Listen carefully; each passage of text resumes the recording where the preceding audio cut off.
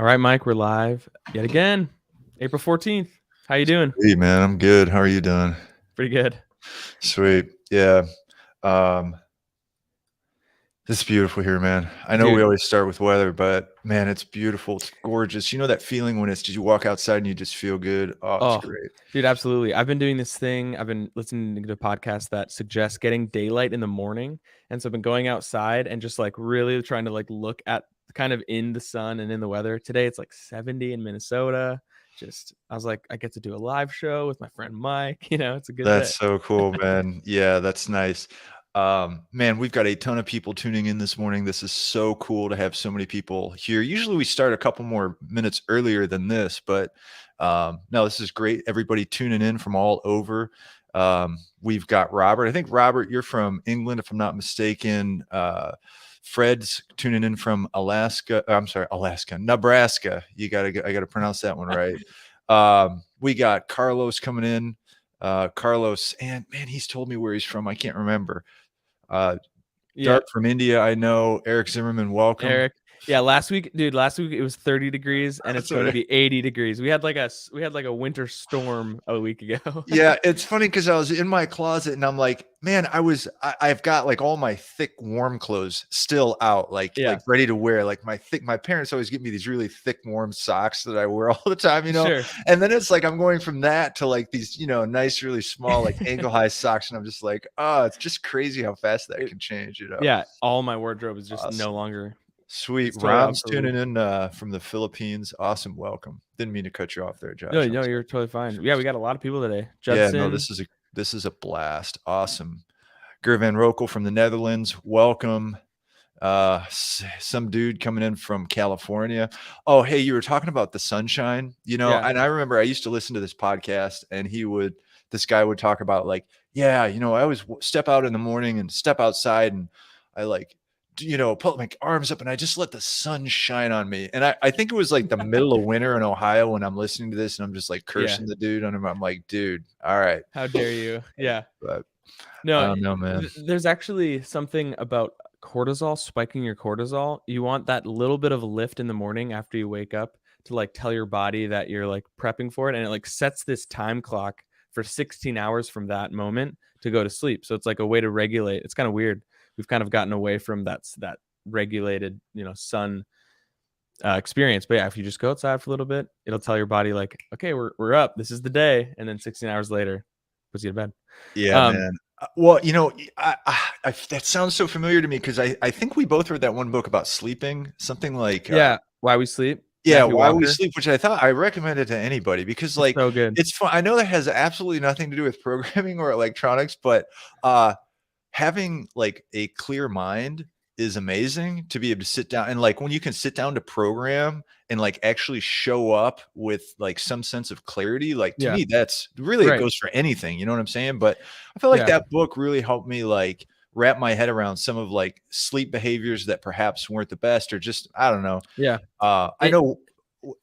Oh, go ahead. No, I was going to say there's so much utility to that book. He gives out so many practical ways to change sleep that I've noticed have actually shifted like my length and quality. But what were you going to say? Well, I was going to say that one thing the book debunked for me was that I always thought like, and my apologies to anybody out there if I'm going to insult you, but I always thought that people who like slept in long, I always thought they were lazy. You know what I mean? Like wake up. It's morning. Like I've probably always been a morning person most of my adult life. Like just wake up early, and you get to going. And if people don't do that, I'm like, man, they must just be lazy people. What can I say? They need to change their habits. But that book really talked about how like there's very much just different. There like physiology is different across people, and if you like look at a broad swath of people, some people find way more energy at night, like your night owl, and then some people like it's in the morning. And so like I realized like, you know what, I'm gonna stop being so mean to my wife. And, he talks about like the circadian clock, and then there's an additional clock that's like a fixed biological clock, and you can't necessarily adjust that. You can like kind of acclimate to it some, but some people just won't be firing on all cylinders at 7 a.m. Like some people just can't. And so, yeah, it like gives permission to those people that are like, I can't wake up. They wake up at 6 and they're just like a zombie for 3 hours. Like that's just some people's brains. the Yeah. physiology. Yeah. But okay, well, man, we've got so many people tuning in. This is so much. This is so cool from all over Romania, Wisconsin, Rochester. Welcome a person from Rochester. I love that. New Mexico. Allison from Fall River, Wisconsin. WI is Wisconsin, right? Is that right? Mhm. Whiskey India, Wisconsin. Okay, Yep. awesome, great. This is so cool. Welcome everybody. Judson from New Hampshire. All right. If you haven't been here before, if you have, this is the first time you're showing up to the show. My name is Mike Chach. I'm the owner of Programming Electronics Academy, and this is a company. And what we're trying to do is help people learn to program stuff using Arduino and do it with a sense of confidence. I'm joined here today with Josh Gilbert, who is our video producer extraordinaire. He is like not too. You're not like, hey, and I'm not like of his own. You can be honest. You can be honest with us, Mike. He's not super technical, you know what I mean? So what we're Yeah. trying to set up here is this place where we can talk about all different types of stuff, and Josh keeps it real, Yeah. as far as like, hey, let's not get too crazy technical, because a lot of the people who tune in, a lot of the people who are finding Programming Electronics Academy are like really new to programming, Yeah. or maybe they're really new to electronics, and like it's easy to just start throwing out jargon and blah blah blah blah blah. But like, Yeah, absolutely. you know what I mean? We're trying to like have a ladder, you know what I mean? Yeah. Or like We build a pathway. we So really could like change the name or the branding of the show, because we're not trying to say like come here if you want to get really in the weeds about this new technical thing. It's about there's plenty of content like that out there. You can like find YouTube content, plenty of it, right? This is for people who maybe are nervous about it. It's a whole world to get into, and so it can feel like a lot. So this is just a way to kind of familiarize people with the language and maybe answer some of those questions that people have when they start learning, that I have, because I haven't right. done. Yeah. Yeah. So yeah, no, absolutely. So if you're watching, you're welcome to ask questions. We kind of like, Yeah. kind of jump into the chat every once in a while, talk about questions. We generally don't do super deep dives on the questions, but sometimes we do, so feel free to ask questions. If somebody asks a question in the chat and you think you can help them out, that's always super helpful, I know, for folks. So that's great. But hey, man, okay. So we're Yep. here. I want to show off, can you share, I can share my screen. I got Man. you. Okay. Check it out. Man, my desktop is see all this crud over here. I hate when my desktop gets like that. We all, this is so, we can all empathize with that, Mike. I know. Forgive me. My desktop's normally not like that. I usually like to keep, but anyway, okay, let me just move that over here to cover those up. All right. Love it. I have been I've been helping out at my daughter's school. They've got like this robots program. It's like a local battle bots type thing. Awesome. And the coolest thing happened, man. So like, I don't really know much about fabricating stuff. You know what I mean? Like, I'm not like, I'm more of a programming guy, you know?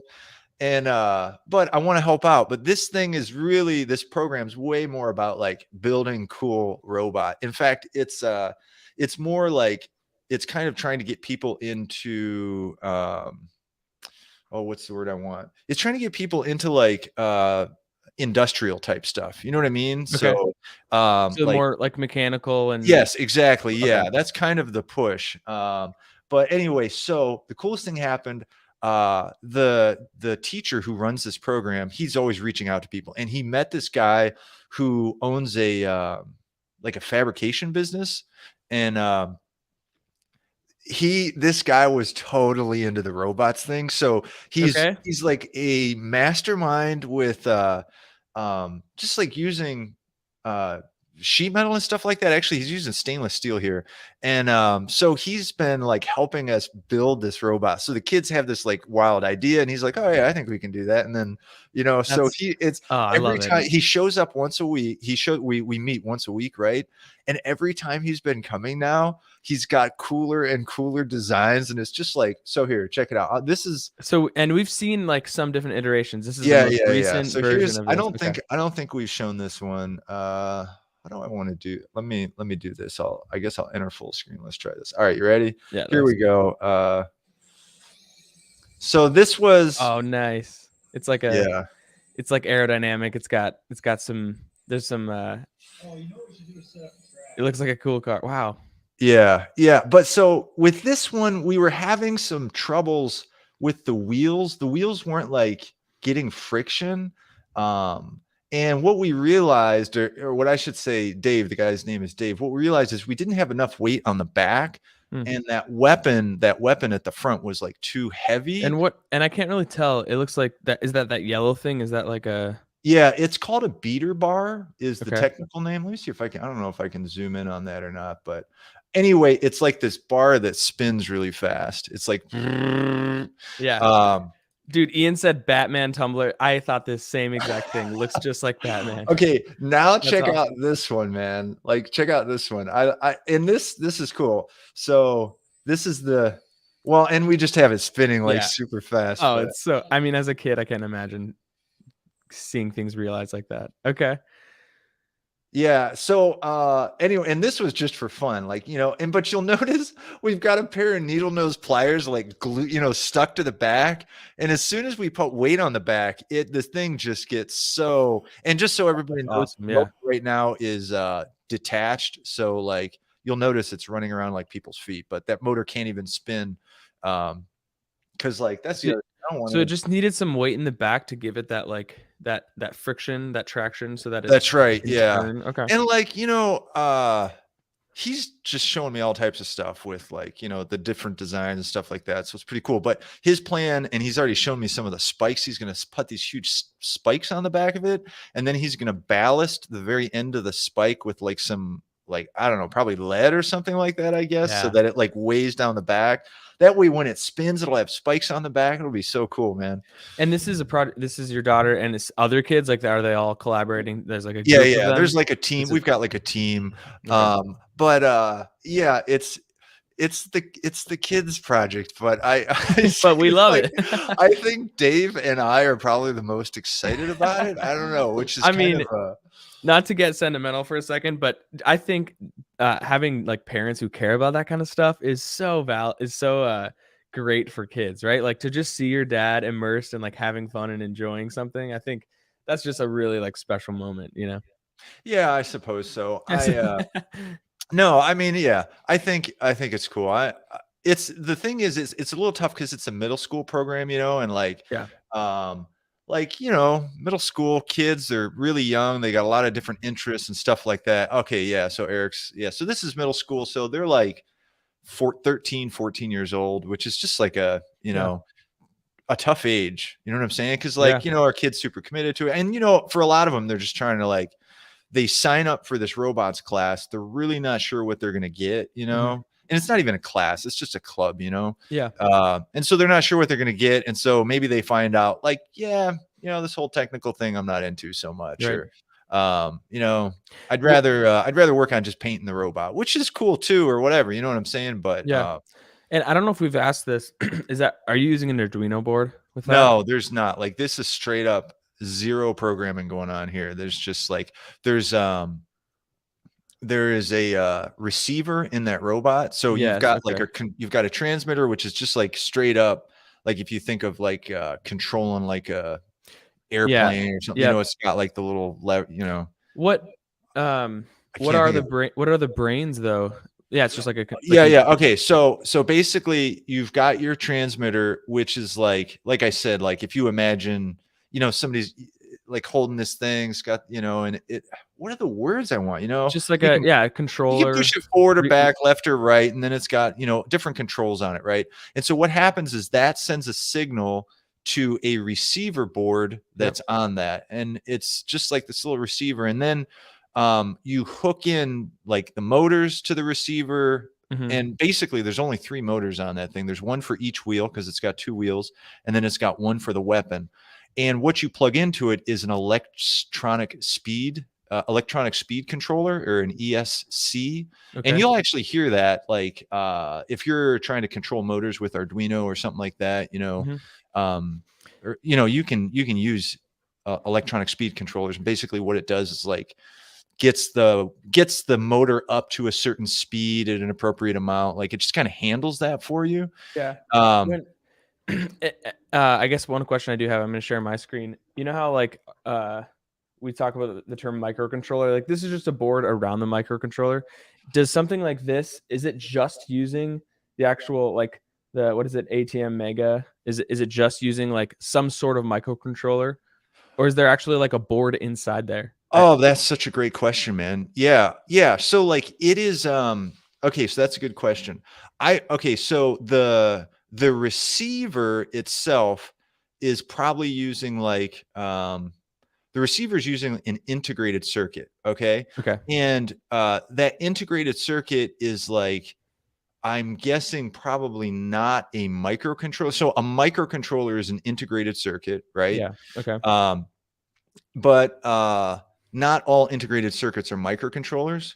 Okay. And if that makes sense, maybe that makes sense, maybe it doesn't. Yeah, I think I got And you. okay, and so the receiver is likely using an integrated circuit, like specifically built for, you know what I mean, like receiving that. And then so there's going to be some, different integrated circuits on that receiver, right? And then the electronic speed control, that is also likely going to be a like custom made, like some integrated circuit that is handling Yeah. the speed It's control. It's not going to be a microcontroller because like the might want to, so, and man, this is like me just trying to think through this. So like, like a microcontroller yeah. is more like something you're going to be, generally speaking, you're going to be programmable, have lots of options, you know what I mean? Like more general purpose ish, Yep. where like an integrated circuit for that would be used for an electronic speed control is going to be very like narrow, you know what I mean? Like it's going to be Yeah. used for one purpose. There still might be some like settings that you can adjust, perhaps, Yeah. how those get adjusted. It might be like, Yeah. like what external hardware or what you do on certain pins or something to make adjustments. I'm not sure exactly how that might work. Yeah, it's But like so it's designed for a specific function, yep. whereas like a microcontroller is fundamentally made to use in all of these different ways. So it's like it's supposed to be more versatile. Yeah. That's like the Yeah. root. Yeah. Okay. Yeah. No, exactly, man. It's kind of like, you think of like your PC or your Mac, Yeah. like those are like general purpose tools, right? They're expected to be used. But then you think of like a router, like, you know what Yeah. I mean? Like a That's good. router That's is, good. Yeah. you know what I mean? That's kind of the, so yeah, so they have the electronic speed controls and that's really all there is to it, man. It's, Yeah. so Are there Carl, that's my buddy. What's up, Carl? Is that there's got to be like Arduino specific BattleBot competitions, right? Where well, people are okay. like So, using Arduino. yeah, I was just talking to, well, I mentioned I was talking to, Matt, uh, with some company stuff. Anyway, Okay. he's really into BattleBots, and just Nice. last week they did a BattleBots competition. Actually, he competed in it. Anyway, they did a BattleBots competition out in California. Like this is a, international thing or whatever. You know what I'm Yeah. saying? So the robot that I just showed you, it weighs 3 pounds. That's our weight limit. Okay. Okay. Yeah, that's 3 pounds.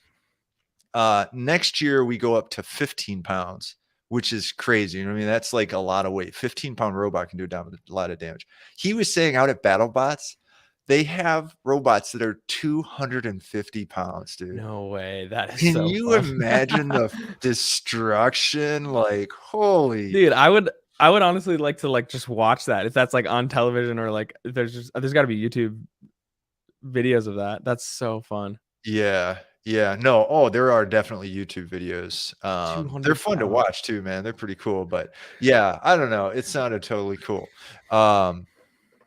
We got we got a couple questions here. I don't know if you Yeah. have Okay. So let me just take a look at some of these.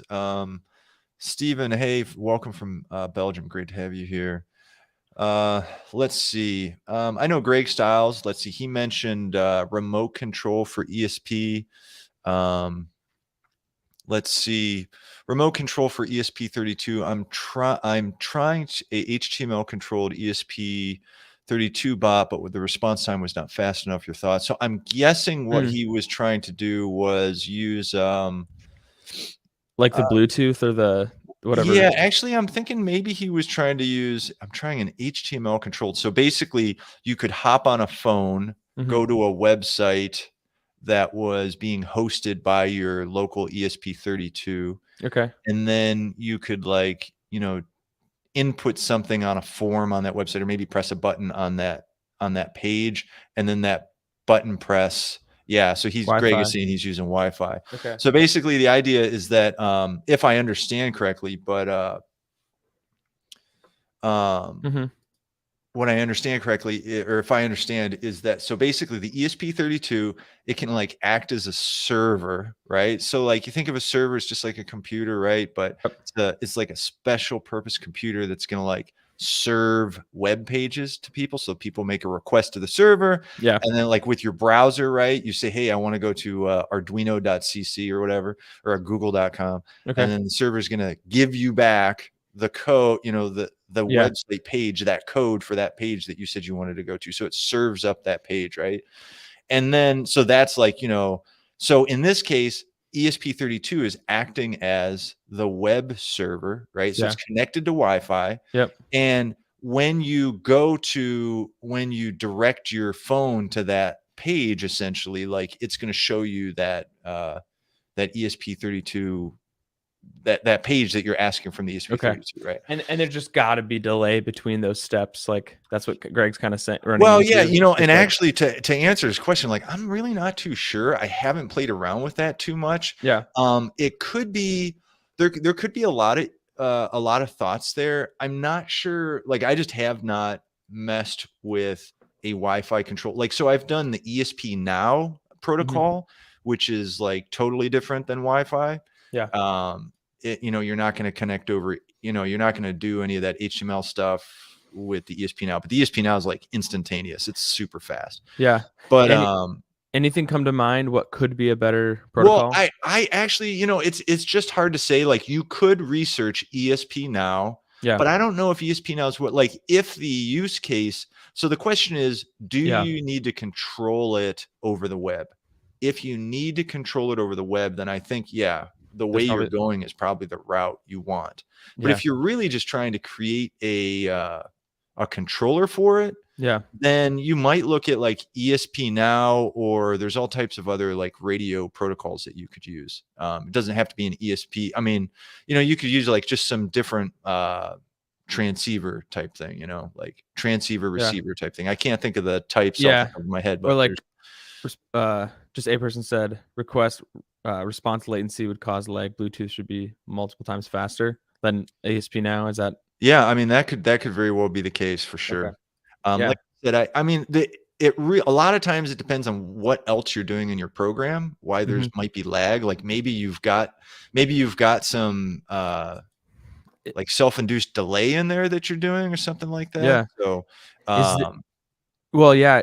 Jay Norris said, ask Greg if he has any other peripherals attached to the ESP2 that require expensive calls like serial printing. These are just like other yeah, parts of the this is the code that. kind of like Jay Norris says, that's exactly what I was thinking. Like Okay. maybe you're doing something, and what'll happen, like I do this, I'm like painfully notorious for this sometimes. Sometimes I just need to slap myself. Okay. Because sometimes I will make a call. Sometimes I will do something in my Arduino programming. You've got a loop, right? It just goes over and over and over and over again. And sometimes I will do something in my loop over and over and over and over again, even though I really only need to do it once. Sure.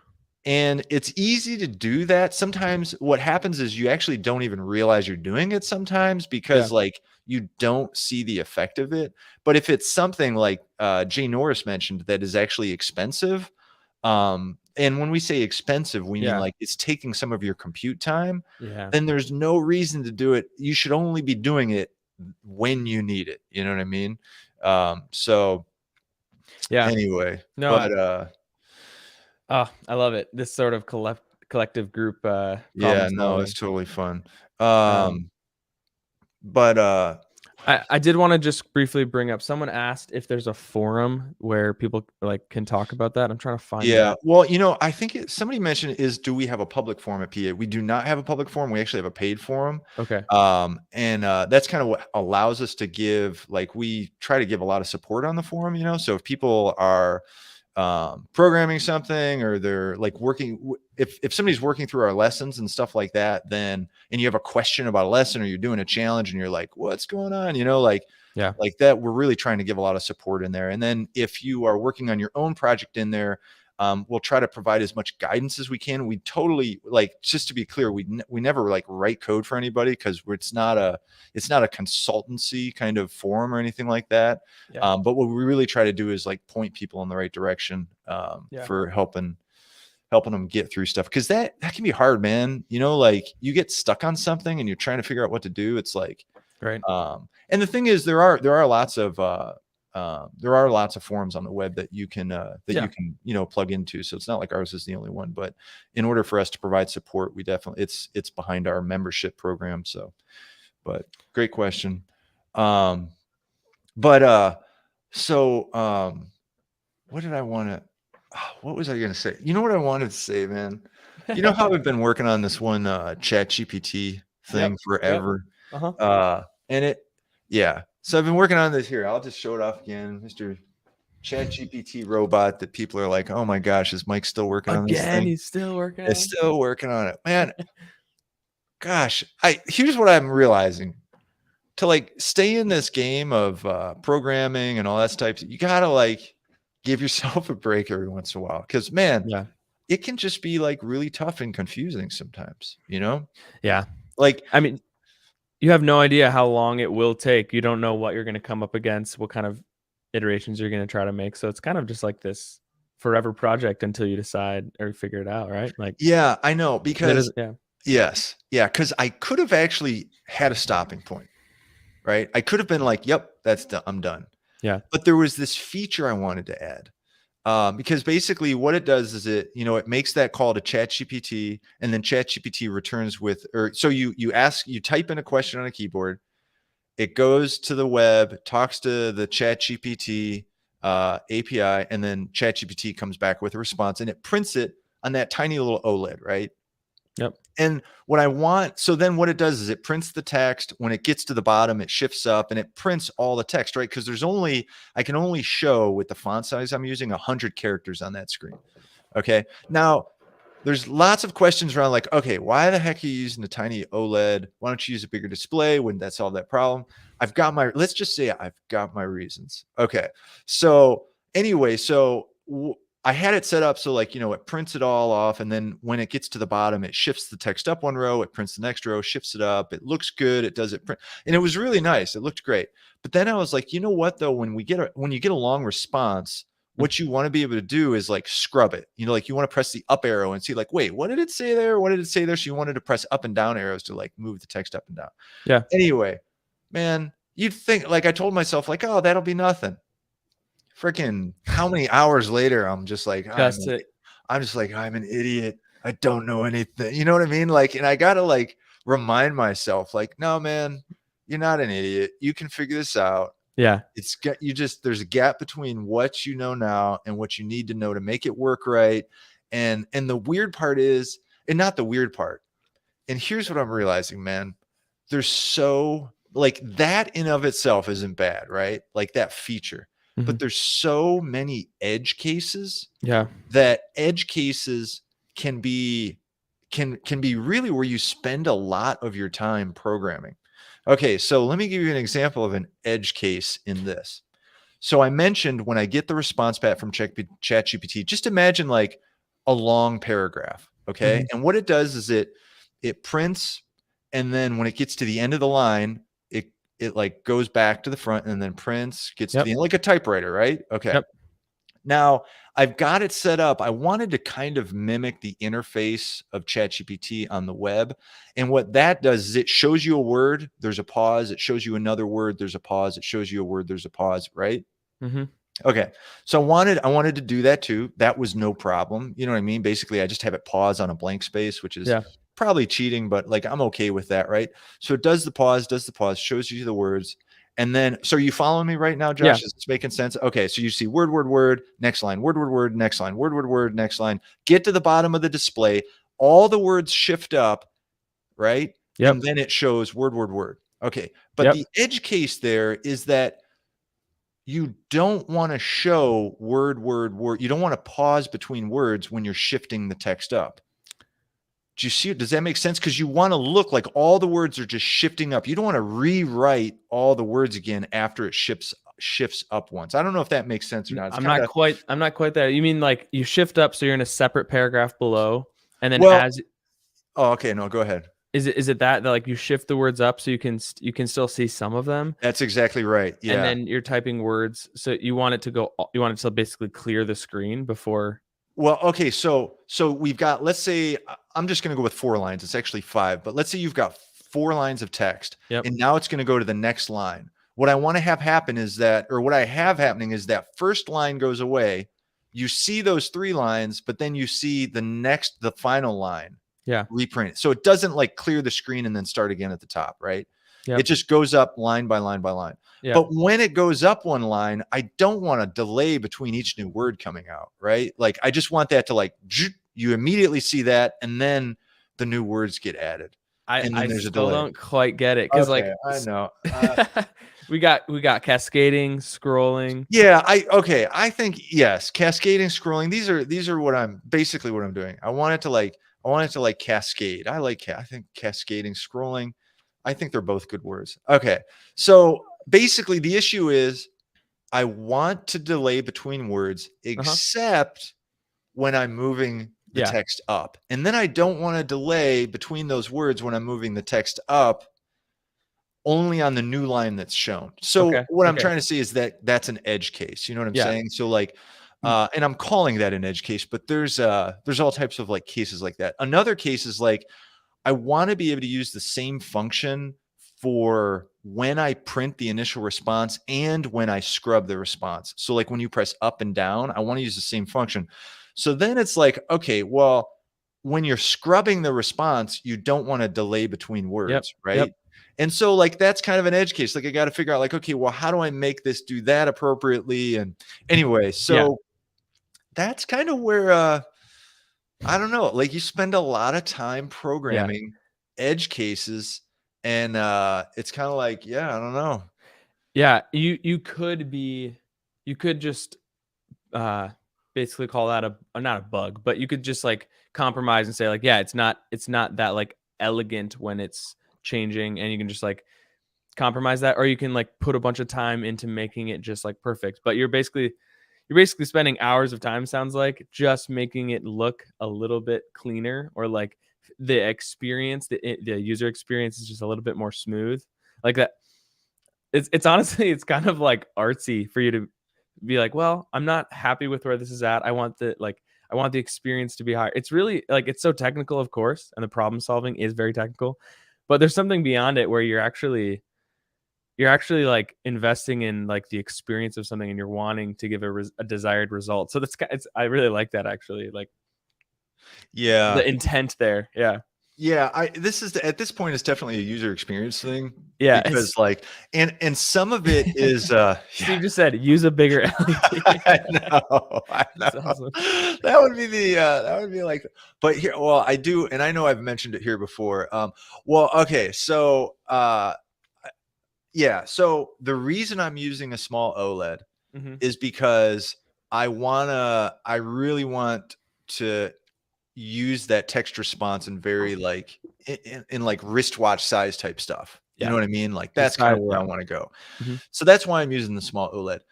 Jay Norris brought up here I can show this. So, or you could tell ChatGPT to respond in less than 100 characters. Okay, so this is actually what. So I love this. This is what I started with. Okay, so there's so they have ChatGPT 3.5, and then they just released ChatGPT 4. Yep. So ChatGPT 3.5 cannot, like, you can't tell it to respond with so many words. Like it can't, like I couldn't give it a hard end. I couldn't tell Yeah. ChatGPT 3.5, I can't tell it, tell me this in 100 words or less. Interesting. Yeah. Can't do it. Like it can't do it consistently. Hmm. It'll be like, it'll give you like a paragraph about that answer, right? ChatGPT 4, however, can do that. So they haven't released the ChatGPT 4 API yet to me. Like you can use it if you like sign up for their service or whatever, but like if you're a developer and you're signed up, I'm sure some people have access to it, you know, Yeah. develop, but they're rolling it out, you know what I mean? Yeah. So I will probably go that route in the future. That's So then what I was doing, so then because I was on the OpenAI forum talking about this exact thing that Jay Norris brought up, how we could like, how could I get around this? And people were saying they had the same issue. And so one person said, well, what you could do is make 2 calls to ChatGPT. You make 1 call, you get the response, and then you send another call. You send that response and say, please summarize this. yep. You know what I Yep. mean? So That's funny. the way I'm hacking it, the way I sort of hack it is I use what's called a system message. Okay. And the system message says, please respond as tersely as possible. Cool. And that has kind of done it. Right. But then that's interesting because like what are the parameters for as tersely as possible? Like it could, that's such a variable, that's so subjective what it can be. I know. And that doesn't cut it. Like that doesn't cut, like if I have to limit it to 100, that's going to just, and it for whatever reason blows past that. Yeah. Like sometimes doesn't work. It needs to be always, So then what you have to do on the end is you have to like edge cases. All right. It's giving you its life story and you don't want the life story. You need to chop it off. But this is interesting. A thought I had.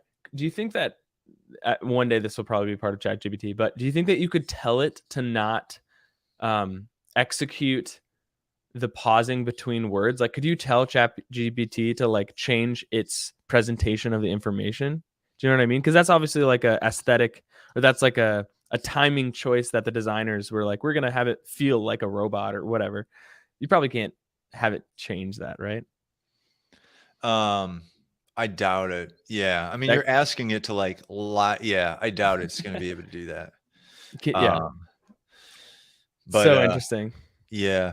And I guess, we're on the like big surprise talking about ChatGPT. Oh my gosh. I know. But we do have a couple people mentioned, let's see, Khalid mentioned there's a lot of bugs while using ChatGPT. Most of the time, ChatGPT is not aware of an Arduino library and its parameters and functions. Like, yeah, I got to say, if it is not a super popular library, then at least currently, it's just not gonna. It's gonna be clueless. It's like not in its corpus, essentially. Yeah. So yeah, it's got a lot of issues there. I really feel like you have to have some. You got to have some.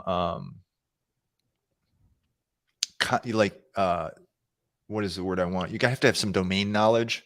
You know what I mean? Like it only knows, like if it's not been trained in its corpus, it's just not going to be able to do it. Yeah.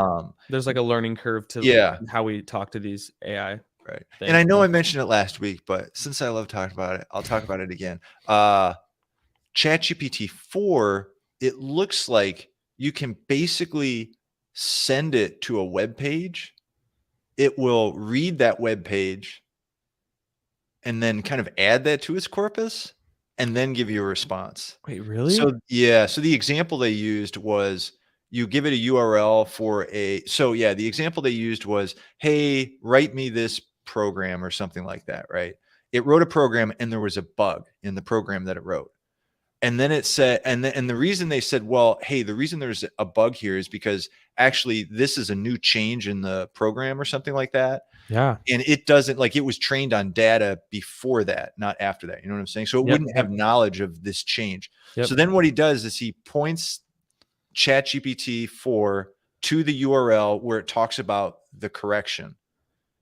And then it says, hey, actually there's a bug, and he tells it there's a bug here, read this page and see if you can correct it or something like that. Or even, I think he just posts the error and then he posts the URL.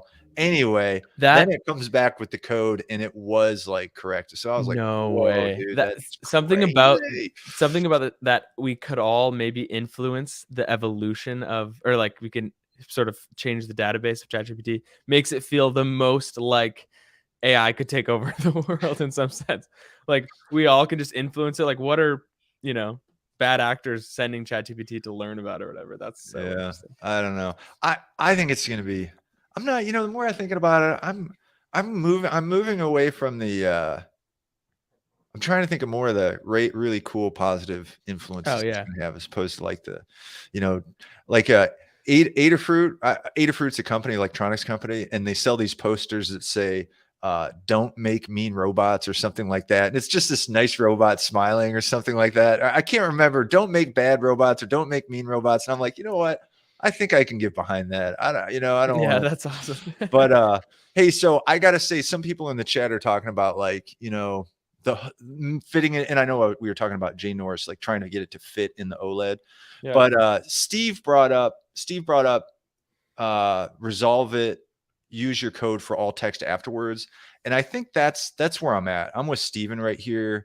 Cause like maybe there will be some situations where I do need, for whatever reason, to limit the text response. You Yeah. know what I mean? Like I want to be able to have that up my sleeve. Like that might be a solution at some point, like a mandatory solution for some response. But I also want this function to be able to handle like lots of text. You know what I mean? If it's Yep. a long response. Yep. So I feel like, so I'm just going to keep working on it. And this brings me to one thing that I think I'm going to work. I'm actually going to try it later today if I get the time. But Yeah. okay, so you're working on a code problem, and you're working on a program, you're working on a project, and you're like kind of losing your mind, you're like kind of going nuts or whatever, which Okay. happens to I feel like that happens to most programmers, right? Yeah. And maybe you get to the point where you're like, you're talking down, you're like just being mean to yourself, whatever. So first, give yourself a hug, like, nope, there's just a gap between what you know and what you can know, whatever. All right. So then I was like, okay, I started stepping back. I'm like, all right.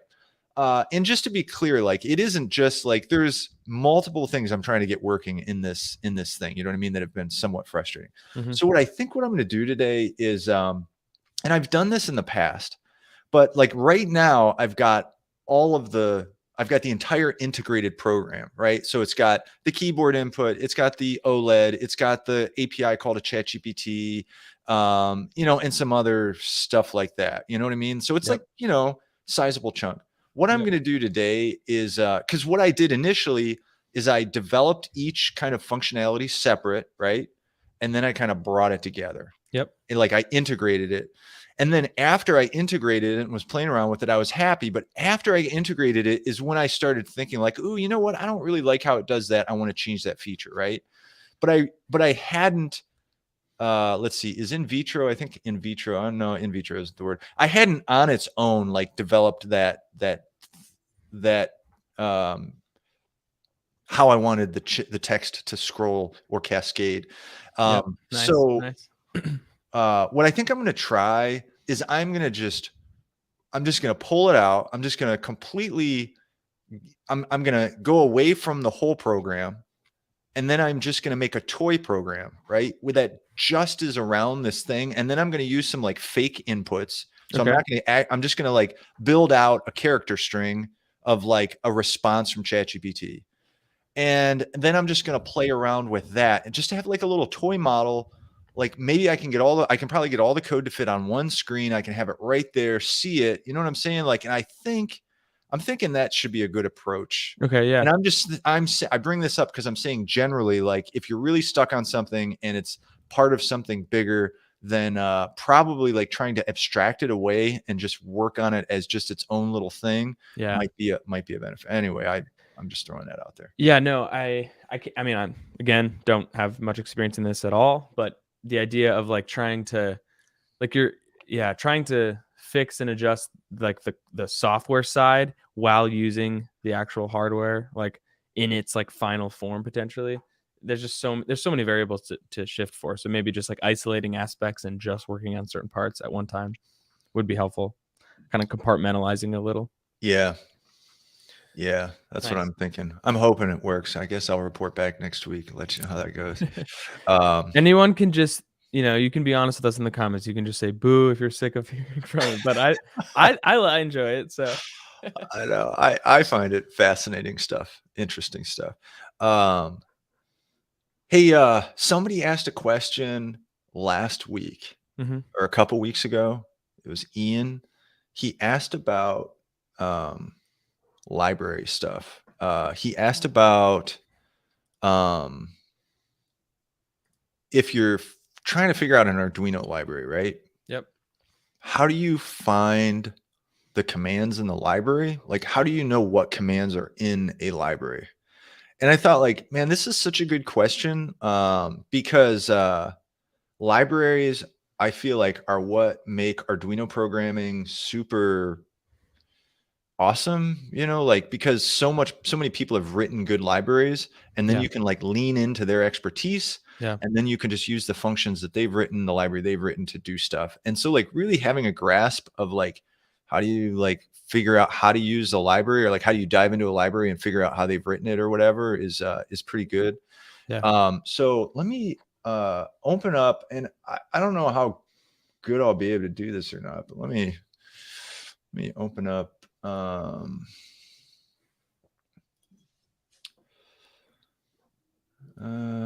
know what? I'll go to GitHub. Yeah, that's what I'll do. All right. Let's see. Okay, here we are on GitHub. I don't know if it's going to follow my screen or not. Let's do that. Okay, it's kind of full screen. Okay, so I'm on GitHub, and okay, yeah, so I'm on GitHub right here, right? And so this is a library on GitHub, and so this is, again, I don't want to talk about like a specific library, right? I just want to talk about libraries in general, right?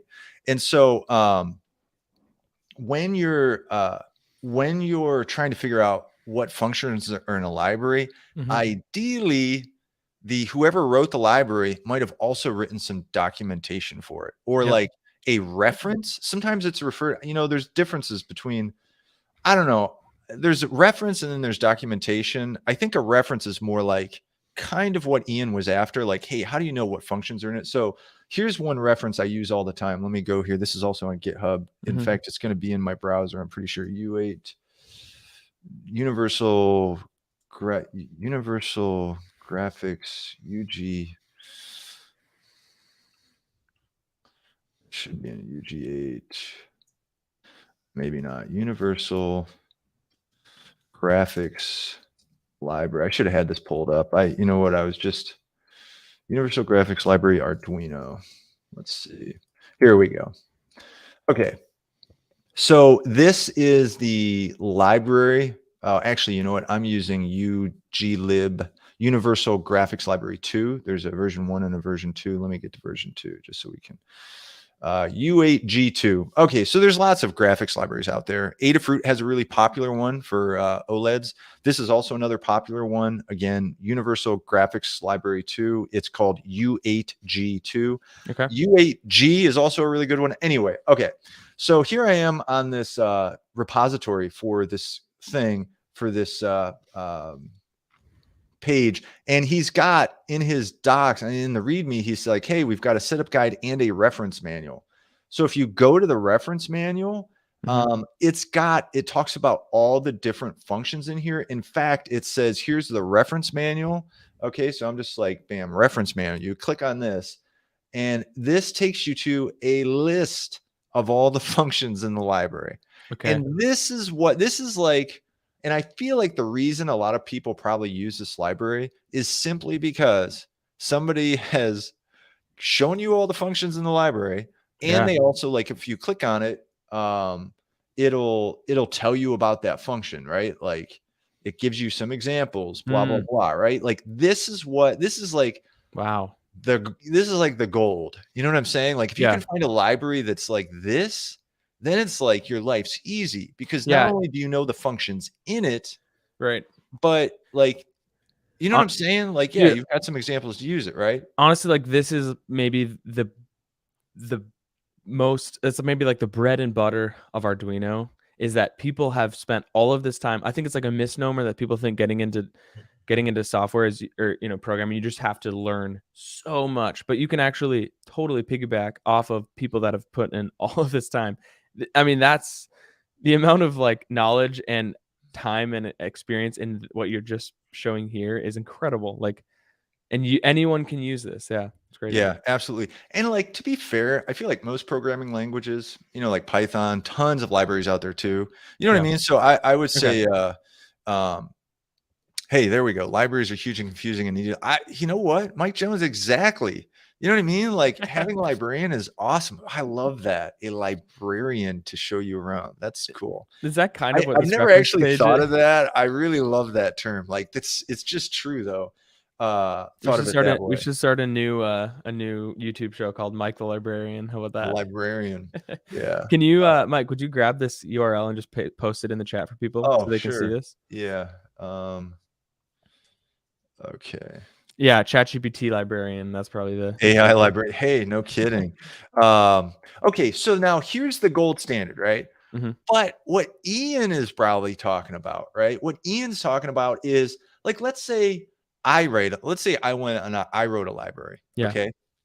And so a library is really just, you can kind of think of a library as like a collection of functions and data types, perhaps, or data that like serve a more singular purpose. Okay. Yep. Right. So, like, let's say I wanted to, yeah. So, like, maybe I wanted to write a library that allowed me to control a temperature sense, some digital temperature sensor. Like, so I've got all these functions and, and I just bundle them together in like one piece. Yep. Right. And Yep. so that's like, generally speaking, very roughly, that's kind of like what a library would be, Mhm. scrolling text on an OLED. Right. Okay. So if I did that, right, I did it for my own use. Like, I'm not going to put up a website. I'm not going to like write out a bunch of documentation for that.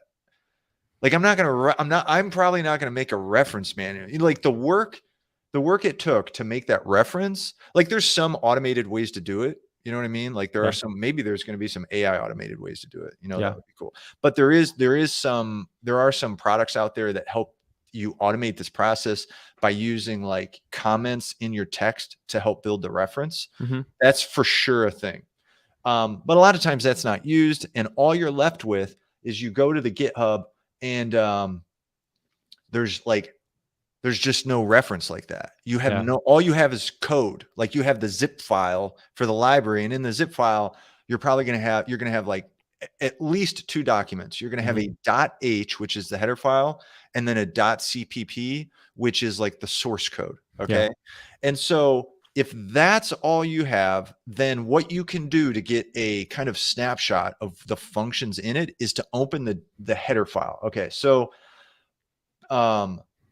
but I did want to say something before you do that, before you go to the header file, right? Which I Yep. will show here in a moment. What you should do for that library is you should open up the examples, because that is another common thing that most people will have in a library. They will have example code that demonstrates how to use the library. Mm. And often, not always, but often, the author or authors will have a program in there that's like the kitchen sink program that basically shows off every single function in it. You know what I mean? Nice. Like, sometimes they'll do that, right? And so you can get an idea of like what, okay, so if they give you some example code, look at that example code. And that's kind of like really useful. Okay. But if they don't even have example code, then you might first say, is there another library I can use? Yeah. But if you're sure this is the one, maybe it's like, whatever. Then what you can do is you can go to the source code, right? So you go to source, and then you can go to the .h file, okay? And that's called the header file. And then when you look at the header file, usually what it's going to do is it's going to list out all the different functions in that library. And then you can kind of use, so like, for example, I don't know, like, let's see here. So I don't know if this is a good example, but yeah, so you can kind of get an idea of some of the functions that are in here. This might not be the best example, but they've got an available function. They've got a read function, Yeah. get lock, set lock. Like, so these are the functions that are in your library that you can use. And then if you want to see the code that actually like powers that function, then what you can do is go to the .cpp, and the actual like code definition, like all of the code itself, that is probably not using the right terminology, is going to be spelled out. You know what I'm saying? Yeah. Anyway, so that's I don't know. Maybe I went too deep dive in there, but anyway. No, that's fascinating. As a beginner, I look at all this and realize how expansive the world is. So, yeah, Greg, and someone mentioned, Greg just said, yeah, the advantage of open sourcing a project and getting help. Like, yeah, in a world where so much is like paywall gated and there's so many, there's so so much incentive to not give away things for free. It's just cool how I just love the idea of open source. Obviously, that's like a huge part of this community. So Yeah, absolutely. yeah, Yeah, lots of cool open source code available for sure. Um, cool, man. I don't know, man. What, you want to look at a student project? check out a student project quick. Yeah, I'll let me pull one up here. It's like I thought I had it. Here we go. So I will put the link to this in the chat. But this is just a bunch of projects from students. We try to look at one each week. Anything catch your eye, Mike? Let's see. Let's do. Oh, have we talked about the bone? We could just talk about the bones one. If you scroll up, there's like a skeleton. Scroll down a little bit. I don't have we there's two really I don't cool think we ones have. that the Oh, this same one? guy. Yeah, yeah, bones, that's it. All right. Oh yeah, here we've got a video, I guess. You don't hear Um, that, right? no, we don't need to hear. I don't know if you really need to hear. I don't know how long this video is. I can't. It's like Battery 5 navigate. minutes. Okay, so you can kind of scrub it, but this is made. I can't. I got to remember the guy's name off the top. Here I we can't can. remember off the top of my head. It's he's been a member forever. Dan. Dan. Okay. Yeah. He's got this other really cool project we can show off at some time. But yeah, so he drives around in his Jeep with this thing, and I think it like laughs, it Oh moves. no Like, way! yeah, dude, Yeah, it's like it's fake. pretty hilarious. Okay, it's like an animatronic. Yeah, it's like an animatronic skull, basically, with That servos and stuff like that. But and he's a retired school teacher. He's cool. retired now, but I think he also took this to his class and stuff like that. Anyway, So he's got he's okay. built some really cool stuff. But I want to see it like in action. yeah, I know. I think yeah, there we go. Yeah. And I don't know if we can hear it, but I'm pretty sure he has like this really creepy laugh on it or something like that. Like, Wow, but that's so funny. My good buddy Ezra, he designs or he welds Halloween animatronics. So this is like right up his alley. That's so funny.